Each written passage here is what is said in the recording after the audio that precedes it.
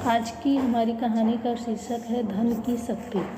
चंपक नगरी में सन्यासियों की एक बड़ी बस्ती थी। उस बस्ती में चूड़ाकर्ण नामक एक सन्यासी भी रहता था। वह एक बस्ती से दूसरी बस्ती में भिक्षा मांगकर अपना जीवन निर्वाह करता था। भिक्षा में उसे कभी बहुत कम तो कभी कुछ ज़्यादा अन्न मिल जाता था। जब उसे ज़्यादा अन्न मिल जाता तो वह उसमें थोड़ा सा अन्न अगले दिन के लिए सुरक्षित रख लेता था। इसके लिए वह बचे हुए अन्न को एक पात्र में रखकर खूंटी पर टांग देता था। एक दिन हिरण्यक नामक चूहे को चूड़ाकर्ण के अन्न भंडार का पता चल गया। फिर क्या था, वह रोज वहां पहुंचकर उसका अन्न खा जाता। रोज रोज चूहे द्वारा अन्न खा जाने से सन्यासी को क्रोध आने लगा था। एक दिन वह चूहे को भगाने के लिए एक लाठी ले आया। जब रात को चूहा वहां पहुंचता तो वह उस लाठी को जमीन पर मारता ताकि चूहा वहां से भाग जाए। तब हिरण्यक वास्तव में वहां से भाग खड़ा होता, लेकिन पेट बड़ा पापी होता है। अतः जब चूड़ाकर्ण सो जाता तो पेट की आग चूहे को पुनः वहां तक खींच लाते। एक दिन चूड़ाकर्ण का एक घनिष्ठ मित्र उससे मिलने आया।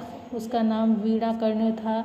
रात को चूड़ाकर्ण ने अपने मित्र वीणाकर्ण को बड़े आदर सत्कार के साथ भोजन कराया और शेष भोजन व अन्न आदि को पात्र में रखकर खूंटी पर टांग दिया। इसके बाद दोनों आसन पर लेटकर बातचीत करने लगे। बीच बीच में चूड़ाकर्ण लाठी को दीवार या दरवाजे पर खटखटा देता ताकि हिरण्यक चूहा उसका अन्न न खा जाए।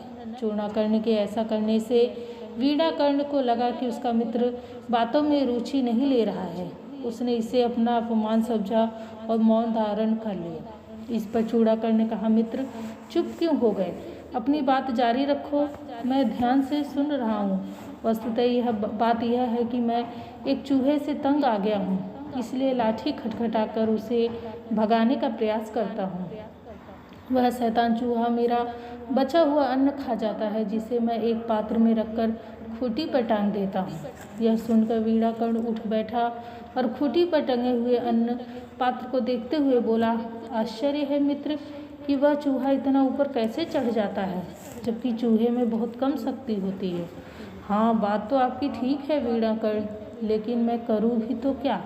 बस उसे भगाने के लिए लाठी को व्यर्थ ही खटखटा देता हूँ, चूड़ाकर्ण ने कहा। इस पर वीणाकर्ण बोला, इसके पीछे अवश्य ही कोई रहस्य है। मेरा मानना है कि बिना किसी कारण के यह चूहा इतनी ऊंचाई पर नहीं पहुंच सकता। इसके पास अवश्य ही कोई गुप्त शक्ति होगी। मेरी समझ में तो यही आता है कि इसके पास धन का भंडार होगा, लेकिन चूहे का धन से क्या संबंध? चूड़ाकर्ण ने अपने मित्र वीणाकर्ण से प्रश्न किया। संबंध है मित्र, इस दुनिया में धनी आदमी ही शक्तिशाली होता है। धन ही उसकी शक्ति का मूल कारण होता है। राजाओं और बादशाहों की प्रतिष्ठा धन के कारण ही होती है। अतः इस चूहे के बिल में भी धन अवश्य होना चाहिए। अपने मित्र की बात सुनकर चूड़ाकर्ण ने अपने मित्र वीणाकर्ण के साथ हिरण्यक चूहे का पीछा किया और अगले दिन जब चूहा अपने बिल से बाहर निकला तो चूड़ाकर्ण कुदाल से उसका बिल खोदने लगा। थोड़ी ही देर में चूड़ाकर्ण ने बिल से ढेरों सोने की मोहरें बरामद कर ली।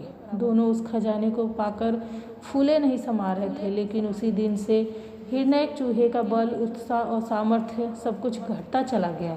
उसमें इतनी भी हिम्मत नहीं रह गई कि वह अपने खाने पीने की व्यवस्था कर पाता। वह रोज वहां जाता और खूंटी पर टंगे हुए भोजन पात्र पर छलांग लगाता, किंतु उस पात्र तक पहुंच नहीं पाता था। हिरण्यक उत्साह विहीन, शक्ति रहित और निर्बल हो गया था। सच ही कहा गया है कि मनुष्य धन से ही शक्तिवान बनता है और धन ही उसे पंडित भी बना देता है।